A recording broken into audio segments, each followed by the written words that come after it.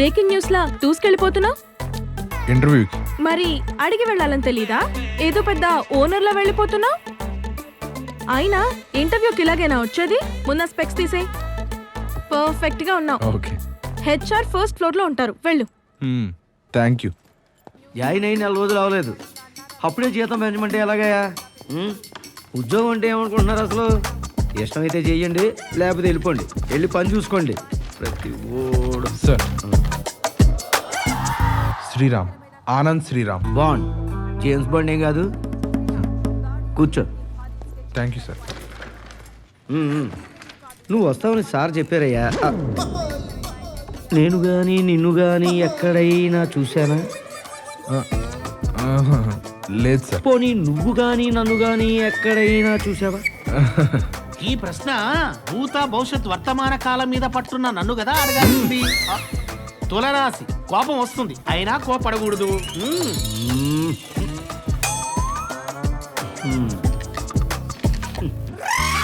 Masters లండన్లో చేసావా? Yeah, మీరు కూడా లండన్లో చేశారా? మౌలాలి నుంచి గచ్చిబౌలి రావడానికి 10 ఏళ్ళు పట్టింది. ఓకే, ఎడిటర్ బిజీగా ఉన్నారు, ఖాళీ అయ్యాక చెప్తాను. అప్పటిదాకా కూర్చో. నన్ను రమ్మంటారా? అక్కడే కూర్చుని జాతక చక్రాలు వేసుకోండి. ఈ రాశి వాళ్ళు చెప్పిన మాట వినరు. Good morning sir. రామ్ని రా. నిన్న స్టింగ్ ఆపరేషన్ ఎంతవరకు వచ్చింది? సర్ప్రైజ్ అయితే చేస్తాను. బీసీ వెల్ఫేర్ డిపార్ట్మెంట్ 100 కోట్ల స్కామ్ సార్. మినిస్టర్ తమ్మినేని జోగారావుకి తెలిసే జరుగుతుంది. ఇంతకు ముందు ఆయన మీద ఏ ఎలిగేషన్స్ లేవే? ఇదైతే లేటెస్ట్ న్యూస్ సార్. వెనుకబడిన వర్గాల విద్యార్థులకి బీసీ స్టూడెంట్స్కి ఇచ్చే స్కాలర్షిప్ స్కీమ్లో హాస్టల్ మెయింటెనెన్స్లో జరుగుతున్న స్కామ్ సార్. ఉన్నది 62,000 స్టూడెంట్సే అయితే వీళ్ళు 1,10,000 హెడ్ కౌంట్ చూపిస్తున్నారు. వీటికి సంబంధించిన పూర్తి వివరాలు ఇందులో ఉన్నాయి. మినిస్టర్తో వ్యవహారం ఆమెని ఇన్ఫర్మేషన్ అంతా పక్కాగా చెక్ చేసుకున్నావా?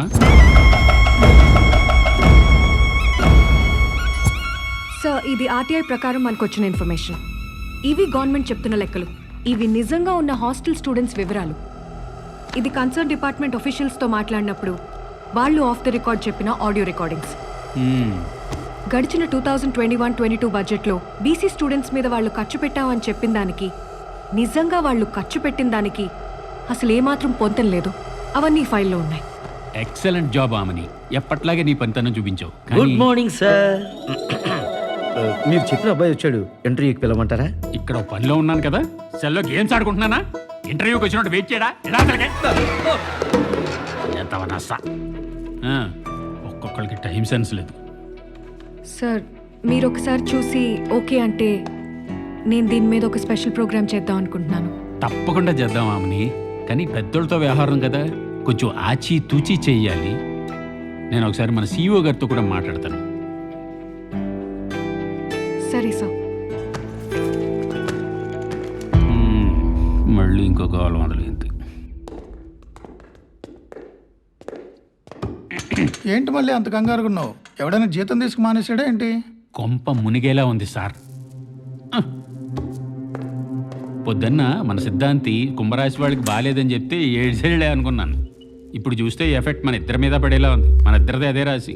నువ్వు ఆ బిల్డప్ ఆపి బ్రేకింగ్ న్యూస్ ఏంటో చెప్పాయా? మీ ఫ్రెండ్ తమ్మినేని జోగారారు లేరు? ఆయనకేమైంది? బాగానే ఉన్నాడు కదా, పొద్దున్న కూడా ఫోన్లో మాట్లాడా. ఆయన ఏదో స్కామ్లో ఇరుక్కున్నాడంట సార్. మినిస్టర్ అంటే స్కామ్లు కామనే కదయ్యా, ఇందులో బ్రేకింగ్ న్యూస్ ఏముంది? ఇక్కడే ఉంది ట్విస్ట్. మన సీనియర్ జర్నలిస్టు ఆమెని ఒక డీటెయిల్డ్ రిపోర్ట్ తయారు చేసి స్టింగ్ ఆపరేషన్ చేసిందంట. వామ్మో, ఈ విషయం కనుక బయటపడిందనుకో కూర్చున్న చోటే పాతి పెట్టేస్తాడా నన్ను?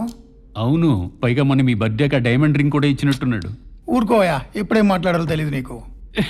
ఇప్పుడు మనం కాదన్నాం అనుకో, ఆ అమ్మాయి వేరే న్యూస్ ఛానల్కి వెళ్ళి ఆ ఫైల్స్ తీసుకొని బ్రేకింగ్ న్యూస్ వేస్తుంది మనతో సహా. మరి ఇప్పుడు ఏం చేయమంటారు సార్? నువ్వేం చెప్పినా అమ్మాయి విందయ్యా, నేనే మాట్లాడతాలే తర్వాత. కొన్ని సమస్యలకి సాగదీత ఇమీడియట్ పరిష్కారం. Super idea sir. అవును, మనకు తెలిసిన కుర్రాడు ఒకడు వచ్చాడు కదా ఇంటర్వ్యూ కోసం. వచ్చాడు సార్. ఒక పని చేయి, మళ్ళీ వాడిని ఆ అమ్మాయి దగ్గర అసిస్టెంట్గా పెట్టు. మనకి ఎప్పటికప్పుడు ఆ అమ్మాయి ఇన్ఫర్మేషన్ వస్తుండాలి. సరే సార్, నేను వెళ్తాను. పీసీఆర్లో మోహన్ గడ్ రాలేదంట. ఇప్పుడు నేను వెళ్ళి అక్కడ కూర్చోవాలి. ఎవడెప్పుడు వస్తాడో అర్థం కావట్లేదు. ఈ వారం సింహరాశి వారికి ఎలా ఉండబోతుంది గురువు గారు? సింహరాశి సింహరాశి వారికి ఈరోజు వారి పేరులోనే సింహం ఉంటుంది కానీ వారి ఆలోచనలు మొత్తము బోనులోనే ఉండిపోతాయి. కాబట్టి ఈ రాశి వారు సార్ ఇంతకుముందు ఎక్కడన్నా పని చేసావా? ఎక్కడా చేయలేదు సార్. అంటే మేమే జీతం ఇచ్చి పని కూడా నేర్పాలన్నమాట. ఫాస్ట్గా నేర్చుకుంటాను సార్. నువ్వు చూస్తే లండన్లో చదువుకుని తెలుగు ఛానల్లో పనిచేయడానికి వచ్చావు. అసలు నీకు తెలుగు వచ్చా? Sir board ready sir. ఏంటిది? అను మతిలే కొండలో పలికి రాకూడదు. ఏంటిదే? మీరే కదా సార్ నో అడ్మిషన్ బోర్డ్ తెలుగులో కావాలి అన్నారు. No admission. ఎక్కడ ఫుల్ స్టాప్ ఇవ్వాలో తెలియదు, ఎక్కడ కామ పెట్టాలో తెలియదు, ఎక్కడ స్పేస్ ఇవ్వాలో తెలియదు. ఇది పరిస్థితి. నాకు తెలుగు బాగా వచ్చు సార్. కంటెంట్ చెప్పమ్మా, కబుర్లు కాదు. నెత్తురు మాంసఖండములు నిండిన పాపపు బండిలాగు ఈ గిత్త రవంతయే నీయు పరికింపదు స్వీయ భవిష్యమెట్టిదో కత్తి కరానదాల్చి బలికై కొనిపోవు కసాయి వెంట పరువెత్తును మేక కంఠమున వ్రేలెడు వేపచిగుళ్ళు మేయుచున్. అద్భుతం. చాలా ఆపుకుర్చా. సందు దొరికితే చాలు తగుదనమ్మా అని దూరిపోతావు. ఓకే, నమ్మకంగా ఉంటే ఈ ఛానల్లో నీకు మంచి ఫ్యూచర్ ఉండేలా చేస్తాను. ఎవరేం చేసినా ఎక్కడేం జరిగినా నాకు చెప్తా ఉండాలి, సరేనా? అలాగే సార్.